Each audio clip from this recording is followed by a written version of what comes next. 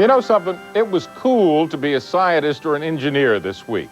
And it was hard for the rest of us not to smile watching the men and women at Pasadena's Jet Propulsion Laboratory so obviously enjoying doing what they do. Let's get to know them a little better. Here is CNN's Ann McDermott. Yeah. He rests. He rallies. He rocks. It's simple, but it's perfect. Well, that's really true this time. Meet Rob Manning, self-described nerd. By the standards of our society, anybody who's fascinated by technical things is often considered a nerd. And, I don't really mind that title because I wish more people were nerds, quite frankly. Manning, the flight system's chief engineer, is the guy in the headset, the guy who's enchanted millions with his enthusiasm for space exploration, his enthusiasm for any exploration. The time is here. Let's go. Let's find out about the world. Let's find out about our oceans. Let's find out more. Everyone can be a scientist in their own way. It's been quite a year for Manning. His wife's expecting a baby, and then there's Mars.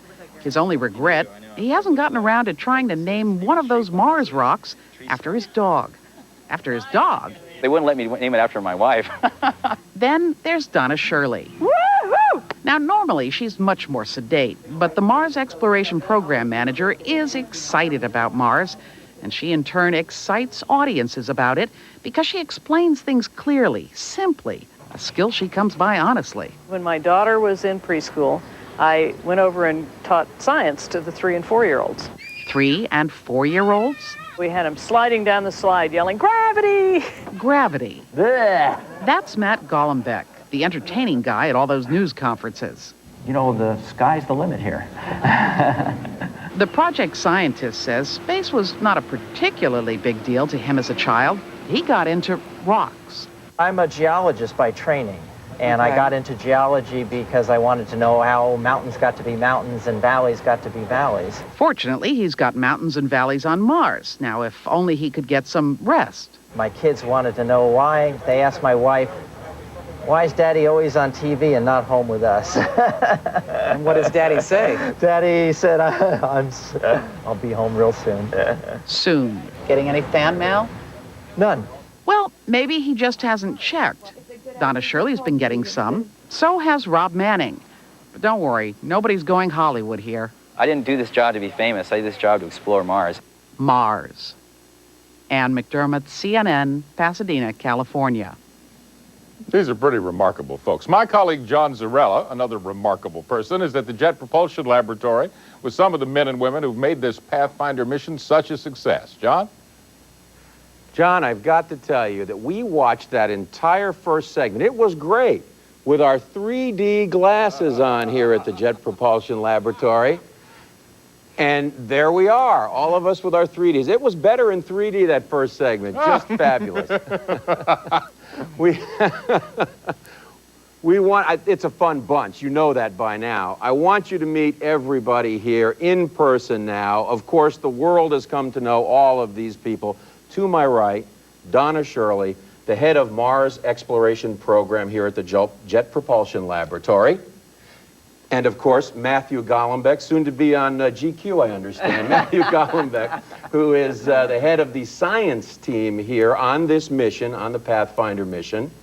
And, of course, Brian Muirhead, Brian, deputy project manager, but has been named project manager, and he is here with us as well. And Brian Cooper, who is one of the Rover drivers. You didn't drive into the rock, did you? That wasn't me. It wasn't you that drove into the rock. Poor Jack.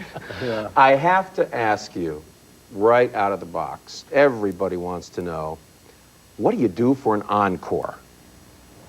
Donna? Well, we've got MGS coming up. Mars Global Surveyor is getting to Mars in September 11th, 62 days from now, goes into orbit, uses aerobraking to get into the right orbit. That means it skims through the upper atmosphere of Mars on every rev, and it's going to be a real circus to watch them do that. Don't you sit and think, here you are, everybody very young, all of you very young. Some of us very young. What do you do for an encore, though? It's got to be something that's crossed a lot of your minds, right? Well, John, after I get done with this wonderful experience with Pathfinder, there's another mission to land on the surface of a comet that I'm going to be responsible for. And I think that could be an exciting encore. Wonders never cease, do they? How'd you get your Rover driver's license? Well, that's a good story, John. There was a teacher named Fran O'Rourke up in the state of Washington who had me come up and give a demonstration to their school, but what she didn't tell me is she also had the governor of Washington and the entire school there and media, and they gave me a driving test, and they gave me a driver's license on the spot, and then later Vice President Gore signed it. So, you know, I have often heard many, many times that this was a rogue team. That you people were sort of, yeah, sure, let him go do this. We'll see if it works, kind of thing. How do you take that? I mean, it worked. It worked. We did. Now, that was part of our charter, John. We really had to invent the process of building spacecraft, and that's what it was going to take to do this job within the time and the money that we had. So we didn't mind being left alone, actually, to go off and do this job. Well, and not just spacecraft, but the whole mission, the way the navigation was done with a very tiny navigation team.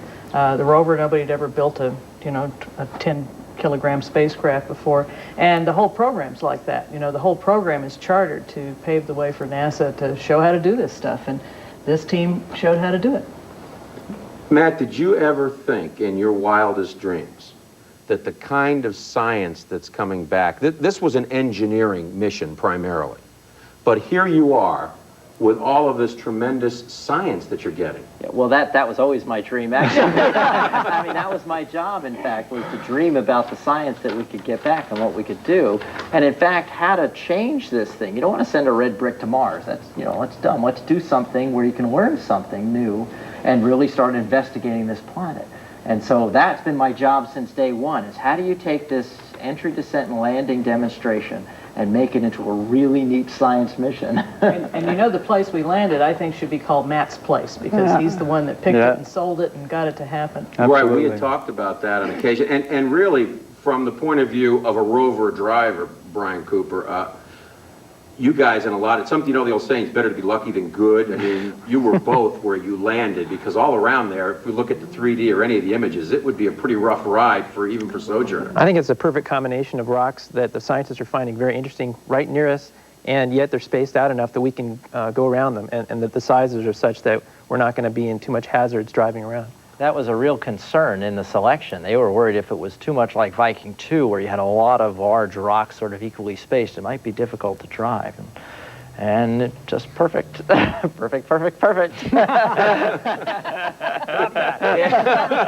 just can't help it.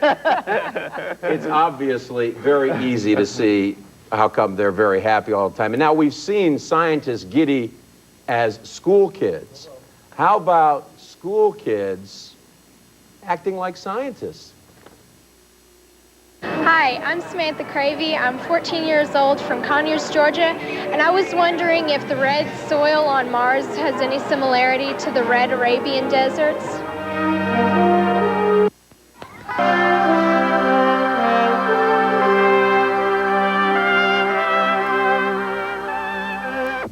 We are at the Jet Propulsion Laboratory in Pasadena, California, not on Mars, as it looks like. The question going to that commercial break, Matt Golombek, why is Mars red? Well, we think it's a rust pit, effectively. It's dominated by hematitic minerals, which if you take your bicycle and leave it out in the rain, effectively it rusts. You're adding oxygen to the mix. And that's likely what the clays are dominated on Mars, so that gives it the red color. A lot of things that you're finding out, though, for the first time, aren't you? Oh, yeah. This is a fantastic place we landed. It's a cornucopia of different rocks, and we just can't wait to get them all. Could you be a little more enthusiastic? We have another question from one of the school kids. My name is Catherine Fox. I'm 9 years old and from Atlanta, and I want to know why Mars has so many holes. Matt, I think that's yours again. Well, it's been bombarded by meteorites from outer space, and those meteorites hit the surface, and they create holes, in fact, and the material flies out of it, creates actually a rim that's higher than the surface, and generally a bowl-shaped crater for small ones and more serrated ones for larger craters. So that's why it's got so many holes. And it's got a lot of hills, too, we were talking about. Great hills, yeah, especially this particular place. I think we have another question from another. Hi, I'm Keith Roseman, and I'm 10 years old, and I'm from Atlanta, Georgia. And I want to know how much time exactly did it take to build the Pathfinder?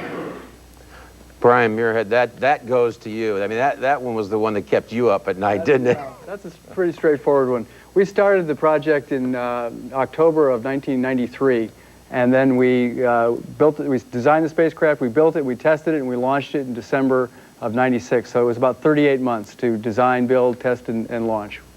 Brian Cooper, how long did it take you to get proficient at driving a Rover where you felt comfortable?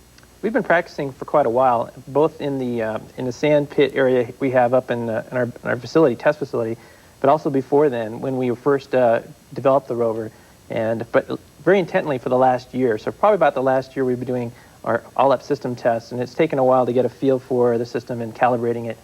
But it's nothing like looking out on the surface. It's night and day. It's just so great. It's different than you thought it would be? It is. We've never been able to test looking at far distant mountains, and that just is looking at it in stereo. Now, we're not probably going to go out to the far distant mountains, but the system, it works really well, and we're real happy with it. Let's take another question from one of the kids.